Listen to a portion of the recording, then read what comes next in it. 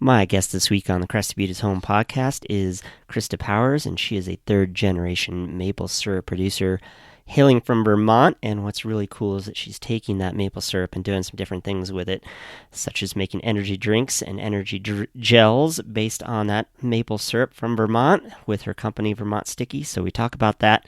And we also talk quite a bit about ICELab, which is a really cool program and a cool workspace. A little bit of a collaboration between the state and the county and Western Colorado University that is helping entrepreneurs and helping our local economy kind of diversify and do some different things. So it's really cool. Hope you enjoy the show. As always, please subscribe and please leave me a review. I always love to hear that people are out there listening and what they think of the show. And speaking of the show, let's just go ahead and get on with that.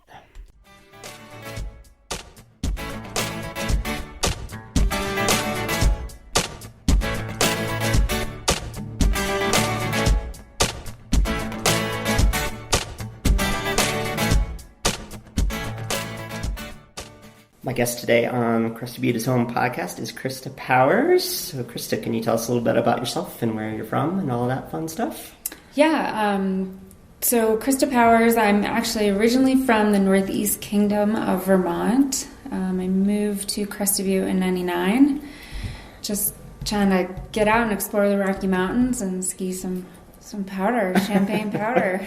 Did you come out as a college student like a lot of people did, or were you done with college? I had graduated from the University of Vermont in the spring of 99, and then moved here in October of 99 after about a month and a half road trip.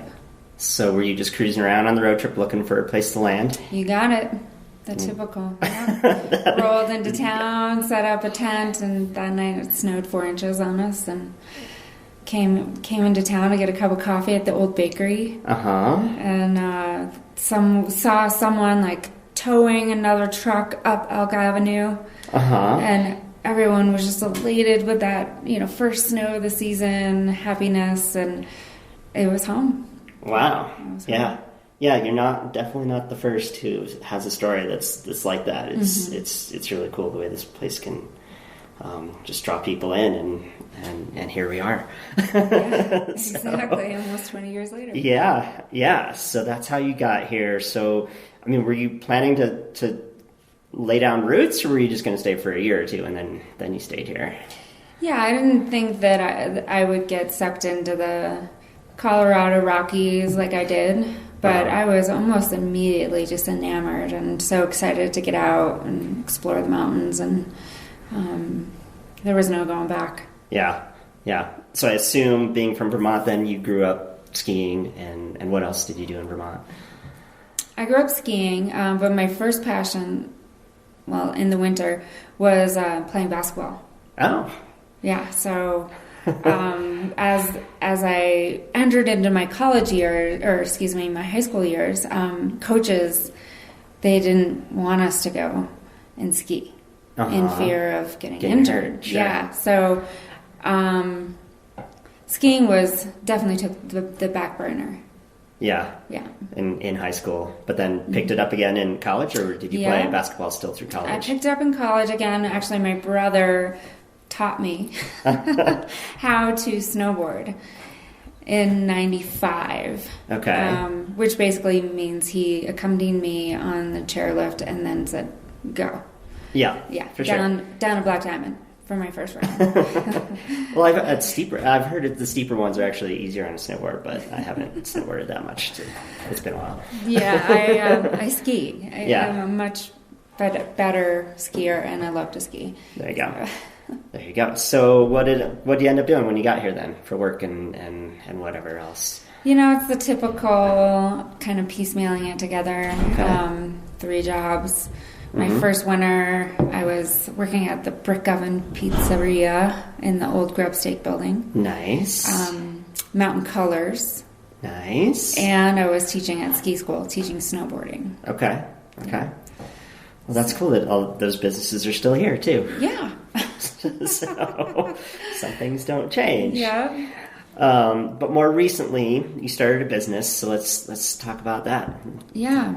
So in Well, let me back up. I'm a third-generation maple syrup producer. Okay. So my grandfather started sugaring. That's what we call making maple syrup. Okay. He started sugaring in the 50s, and then now my dad is at the helm. Okay.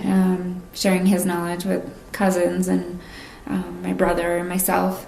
So I grew up doing that, making maple syrup, and then when I moved out here, I sort of drifted away from the actual production part of it. Okay. But my dad would still, after sugaring season, come out and bring maple syrup. And then we being my dad and I, started just sharing that with our friends here. And that sort of organically parlayed into friends requesting an order of maple syrup. So in 2016, with the encouragement of my father and Dotson, my husband, I decided to start Vermont Sticky as a Colorado-based business.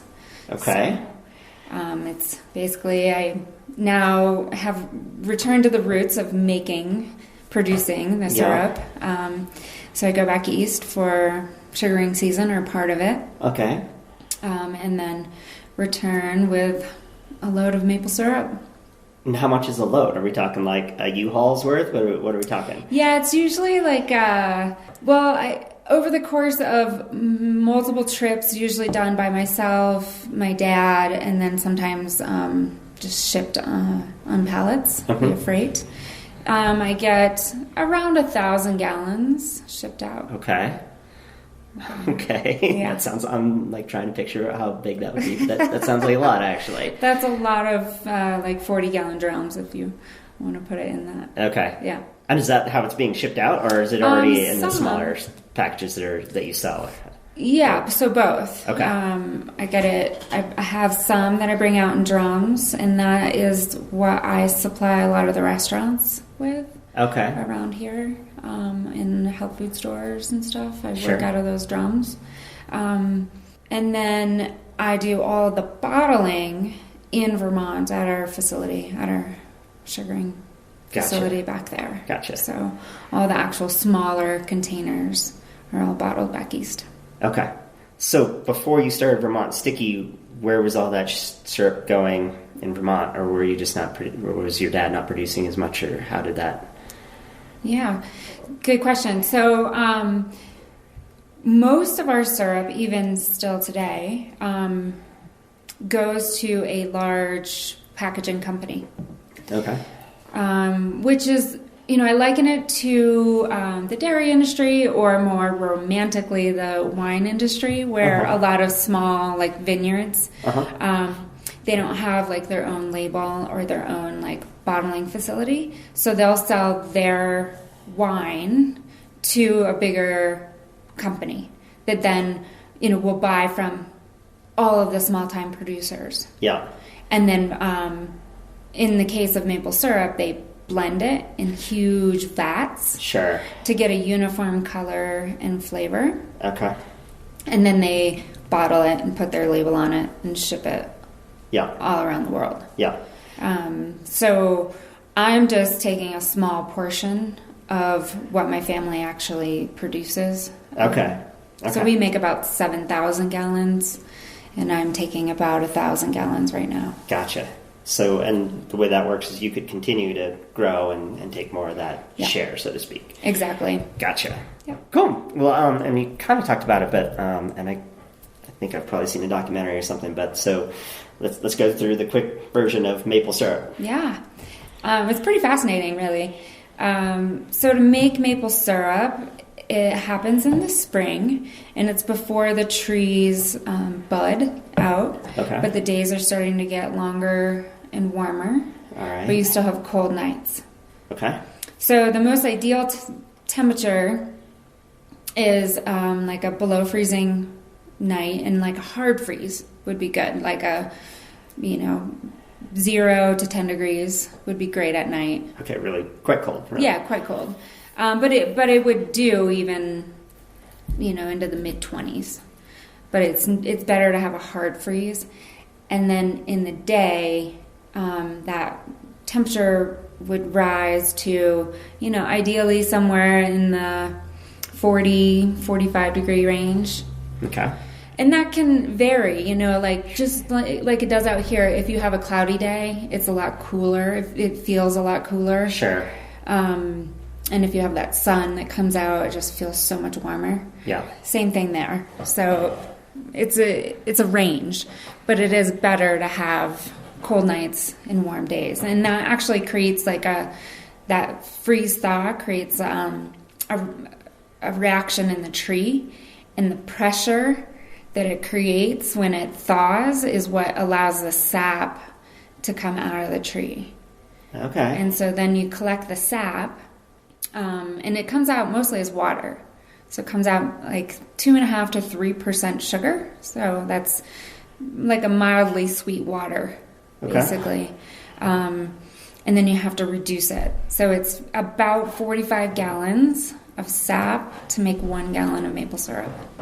Wow. Okay. What is, like, one tree? How many gallons do you get out of a tree in a season? You get maybe around a third of a gallon of maple syrup. Okay. Of the finished syrup. Yep. Gotcha. Interesting. Yeah. And then really all you do is you just boil it. You just reduce it. So you're just boiling out the water that's in the sap. Okay. And keeping the sweet. Keeping the syrup. Maple nectar.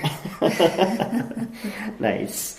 So were these trees were they just there, or have these trees been planted since whatever to make basically a maple farm or a syrup farm or whatever you want to put it? They're just there. They just grow naturally. We're tapping some of the same trees that my grandfather tapped in the 50s. Okay. And it's, the maples just grow naturally in that region. And that's, so the whole, there aren't other trees, or they're like basically all maple there? No, there's a plethora of other trees. It's actually very diverse. That's what I thought. Yeah. That's what I pictured. So you're actually going through and you're like, no, that's an oak or whatever it is. Exactly. Yep. Okay. Mm-hmm. Gotcha. Okay. So you're making syrup, and then I also wanted to talk about, so not only you're making syrup now, but you're taking that syrup and making it into other products. So talk about those a little bit. Yeah. So I'm kind of combining my grandfather and father's tradition of maple syrup, and kind of mixing it up with my passions of being active in the outdoors all day. Yeah. And what do we need as athletes when we're out exploring all day is you need oftentimes quick energy. Right?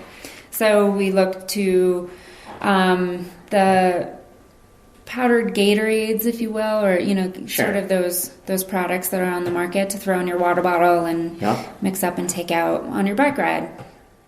Or also like the hammer gels or the Cliff gels, that gooey, the goo products that are out there. So throughout my life and athletic career, I was using those products. And it was actually when I was doing the Grand Traverse and in training for the Grand Traverse, those products would just give me a tummy ache. Okay. So I started to think, well, why not just use our maple syrup? It's just, it's all sugar that's in those things. And then I just started adding salt to our maple syrup, and then that parlayed into maybe adding some espresso or adding some chocolate in espresso. So now you have a chocolate espresso maple salted goo deliciousness. That sounds pretty good, and I have not yet had a chance to try yet, but I'm excited to. So what flavors do you have right now? I have espresso, chocolate, raspberry, and key lime. So that's like the goo product. And then I also, this past May, had the idea of making a powdered Gatorade with our maple sugar. So maple sugar is just maple syrup reduced into a granular. All the way until it's... Yeah. Exactly. So just using that instead of like the refined sugars or the artificial sweeteners that are in the other products that are on the market. Uh-huh. And mine just have like 4 or 5 very simple, transparent, honest ingredients that are almost all organic, and they taste great. Nice. Yeah, and they do the job without all that, like the list of 18 ingredients that you see on other packages. Uh-huh. So. Are there other products that you think you'd like to make? Like as we're talking, I'm thinking of the shot like blocks or gels, or not the gels, but the little chewies. Yeah. Because I'm a fan of those. Have you tried making those yet, or is that top secret? I haven't tried making those, although I would love to, and I've thought, like, how do I do this and still keep it natural and good? So I haven't like started playing with those recipes, but I do have a new line that's actually not even officially released. So you're getting a sneak preview. Ooh boy, nice. Those maple bites, they're awesome. They're so good. I've been sharing them with my friends and getting feedback, and yeah. So what is a maple bite then? So there's an in-between of maple syrup and maple sugar. There's this in-between stage. And in Vermont, or probably other places where they make maple syrup, it's called maple butter. Okay. It's basically just maple syrup, and then I've been adding, or it's a little bit thicker than maple syrup, kind of like a nougat. Okay, sure. That's what I was picturing, yeah. Mm-hmm. And then just mixing different, like, nut butters with them. And sometimes mixing in some chocolate, and of course, like, yummy sea salt. Nice. Yeah, so. Cool. Don't tell anyone. Until this releases, at least. Awesome. All of you, don't tell anyone. No, I'll be like waiting for it and spreading the word. It'll be the thing that you can't have yet. Yeah, exactly. That's exciting. And then, of course, I have like many other things that will come online eventually. Yeah, awesome. Well, speaking of recipes, I was on your website, and you have some recipes too to help. Other ways, because you can actually put syrup on things other than pancakes. True. Apparently. True story. Didn't even know. So I interviewed Karen Hoskin from Montañas a few episodes ago, and let's say I want to make a cocktail with her rum and your syrup. Go. Yeah. What should I make? I always make margaritas.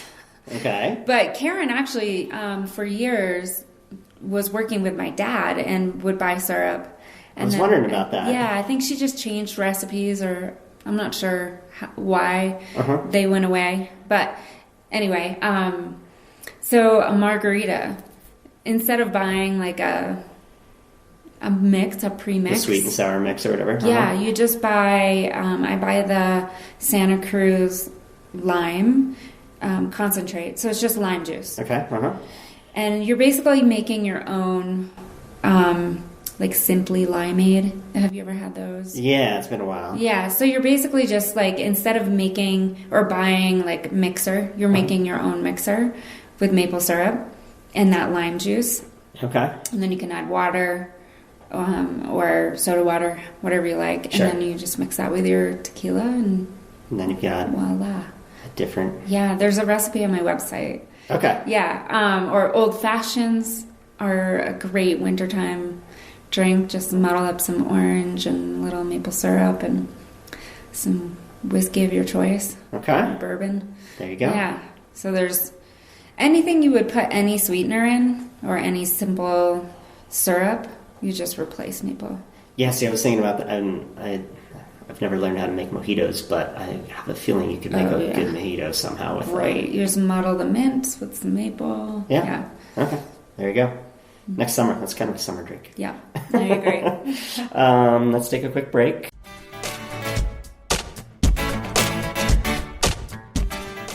In this week's Crested Butte Real Estate Minute, I wanted to talk a little bit about selling periods in Crested Butte area. And right now, in November and December, with the holidays and such, it's actually the slowest time of year for properties going under contract. You might suspect that that is the case. Midsummer is, in fact, the busiest. but that doesn't necessarily mean that you're better off to wait until summer. It depends, of course, on what kind of a property you have, and I also think there's something to be said for being in a low competition scenario. If you're listing and there just isn't a whole lot out there, you're in a great spot. But if you're listing in June along with everybody else, you might just get drowned out in the noise. So you can learn a lot more about this if you go to CrestedButteRealEstateAgent.com and the FAQ tab, and you'll find that blog post there. And of course, my name is Frank Consella, and my contact info is also on that website, and you can just give me a shout and we can talk about it over there as well. Let's go ahead and get back to the show.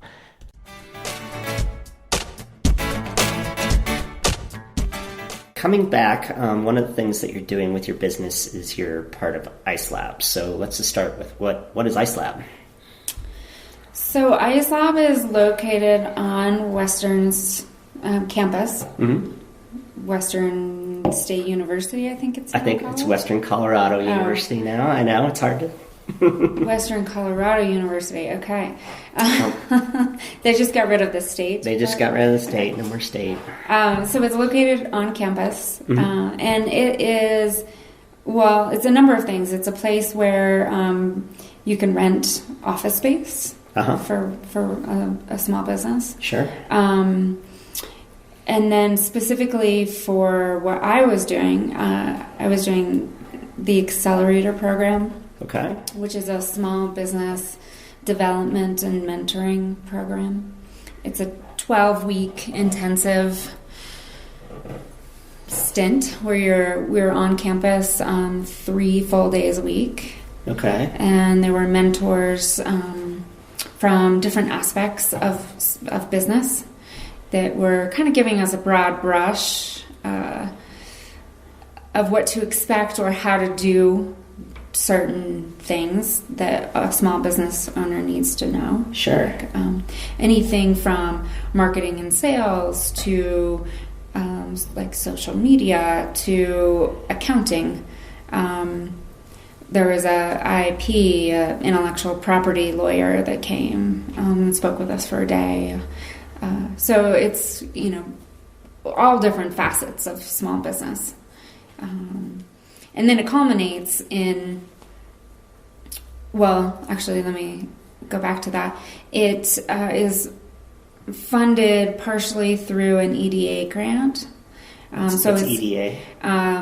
Well, it's a federally funded program, so there's federal money that comes in for it. And it's just like economic and rural development monies. Okay.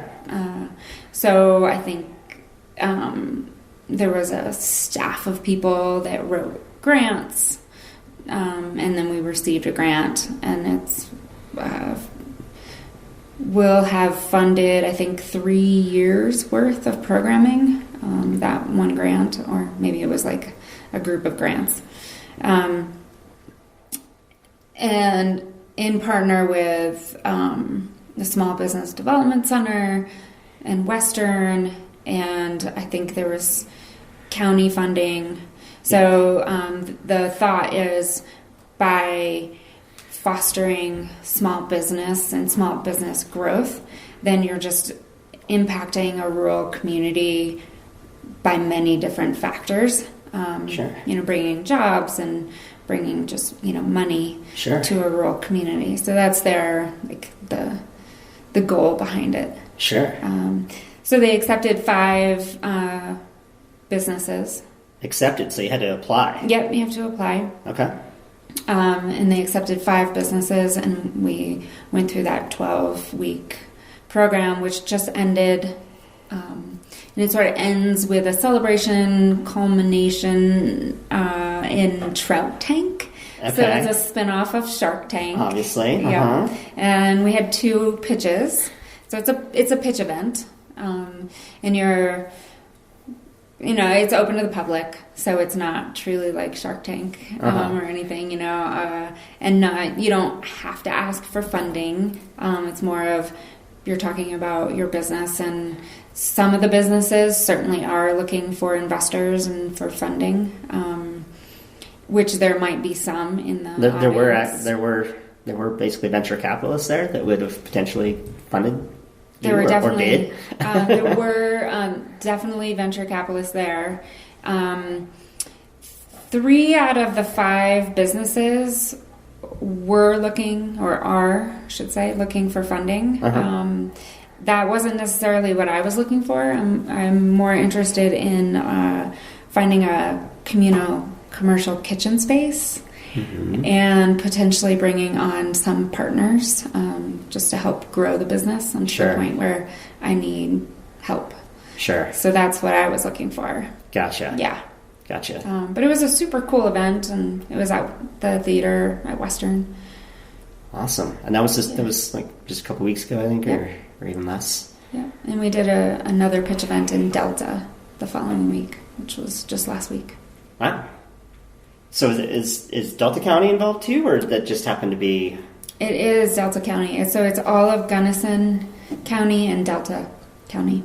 But not Montrose in between? Nope. So I think it was because, largely because, or Delta was kind of included in that because of the coal mining shutdowns. Okay, so more like the eastern part of Delta County, Paonia and Somerset. Yes.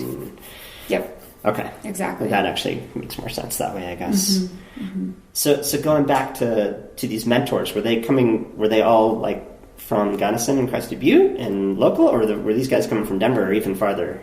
Sometimes even farther. Nice. But yes, certainly some folks from Denver. There was the intellectual property attorney came from the Midwest. Oh, wow. Yeah. So it was kind of all over. So when the mentor would come, they would just speak to the 5 of you all day, basically, and you'd get out of it what you wanted, or did they have more of a presentation, or how did that look? It varied greatly depending on the type of sort of information that was being presented, but usually there was time where they were talking to the group of 5 of us, and then there was also time throughout the day where you could meet individually with that person and speak like more in depth about like your questions and answering specific things with your business, because all 5 of the businesses were greatly different. Sure. Yeah. I was the only food-based business. Sure. So there was like definitely more industry specific questions that I would have a tendency to ask. Nice. Yeah. So I just have all these questions. I think this is such a cool thing that ICELab is. But so when you applied for it, did you have like a full business plan already done, or you were already doing it, I guess, even? So was everyone that developed, or did some people basically just have a sketch plan and not much more? What? They have a program called an incubator program as well. Okay. And the incubator program is a little less intense. It's longer. It's like a 6-month program. Okay.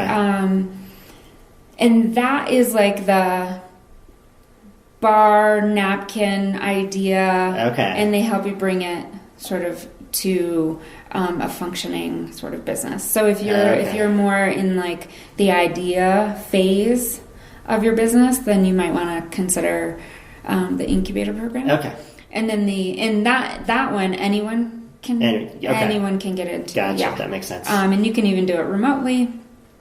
The accelerator program, typically they want something a little bit more refined. Sure. Not that you necessarily have to be creating revenue or having shown that on paper.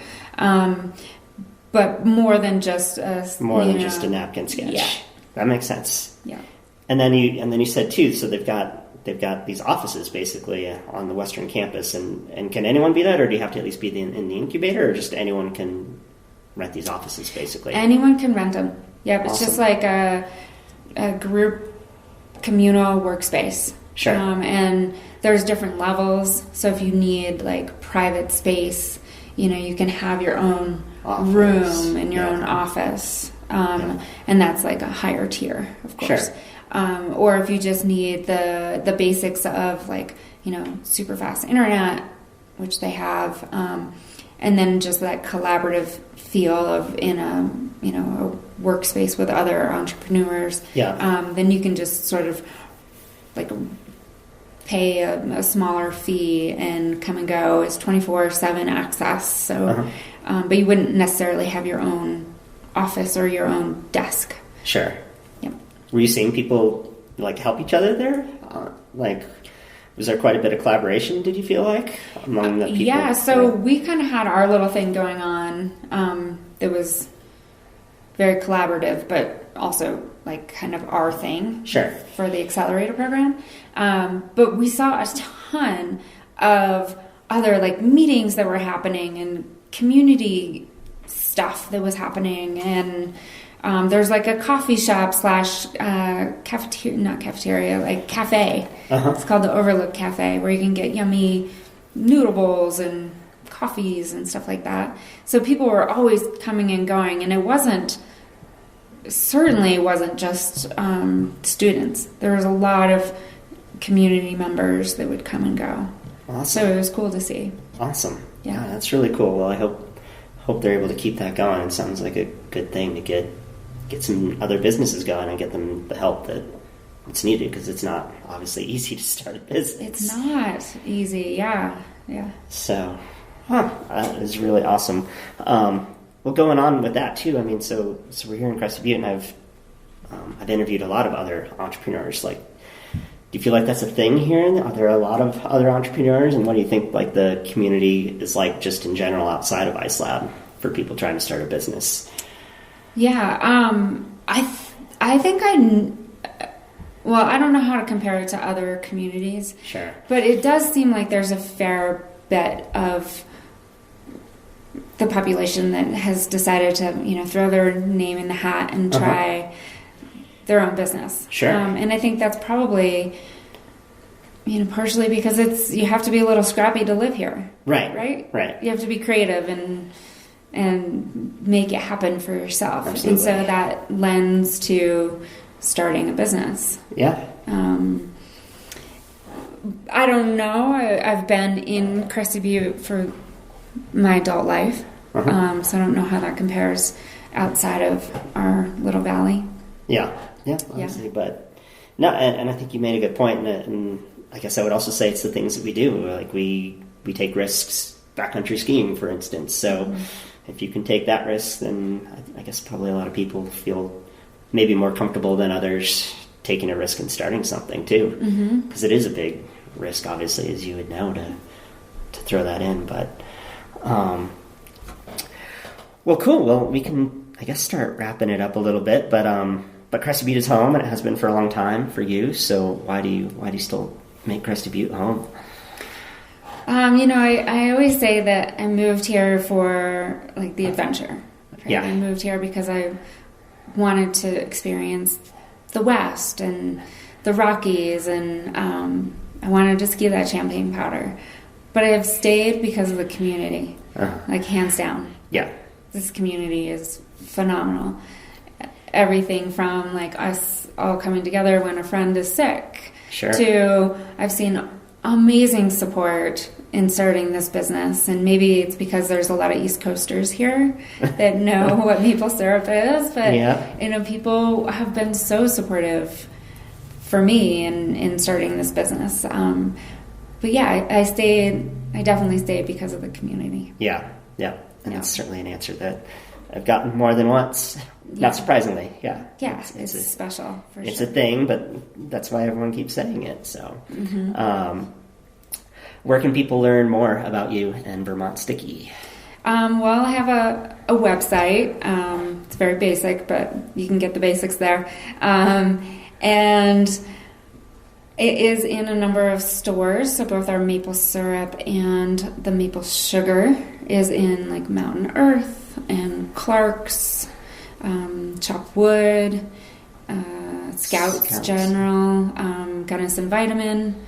So those are like some of the big ones, like stores where they can purchase it. But if you've ever gone to like McGill's or Paradise Cafe and had their pancakes, you may have had our maple syrup. Awesome. Yeah, they've been huge supporters. Same with a smattering of restaurants in Gunnison, like Burnell's, Sure. food truck and backcountry. And actually, High Alpine is brewing a couple different beers. Awesome. With their syrup, yeah. Awesome. And then I also have it in some stores over in the North Fork and the Roaring Fork Valley. So in Montrose. So. And is that like the next plan to keep expanding, I assume? Yeah, keep expanding. And as far as like the energy line, none of that is in stores. It's all just direct to consumer. So I'm at a lot of farmers markets and holiday bazaars, and then it can be purchased online. So I want to grow those products, and I need to have a commercial kitchen, a certified commercial kitchen, before I can sell those wholesale. Oh, okay. Yeah. Gotcha. So, it's a big struggle. Hence the earlier conversation too then. Yes, exactly. Yeah. So Gotcha. Once I cross those hurdles, then hopefully I can get that energy line in stores as well. Gotcha. And that, just to make sure, it was VermontSticky.com, I assume? That's just... Yes, okay. VermontSticky.com. Okay. Is there anything I didn't ask that I should have, that you want to get off your chest? Or you think is important? I'm just super excited to have the opportunity to chat with you. Well, thank you. And then, and thanks for coming, obviously, and letting me interview. But, and the last question then, who else should I interview? Ooh, the list could be long. And that's fine. Yeah, knee-jerk reaction. I'm coming up with, some names of folks at the ICELab because they've been awesome to me. So Delaney Keating, Dano Marshall would be two great folks to interview. Let's see. And then another gentleman, Paul Tame. He's a professor at Western.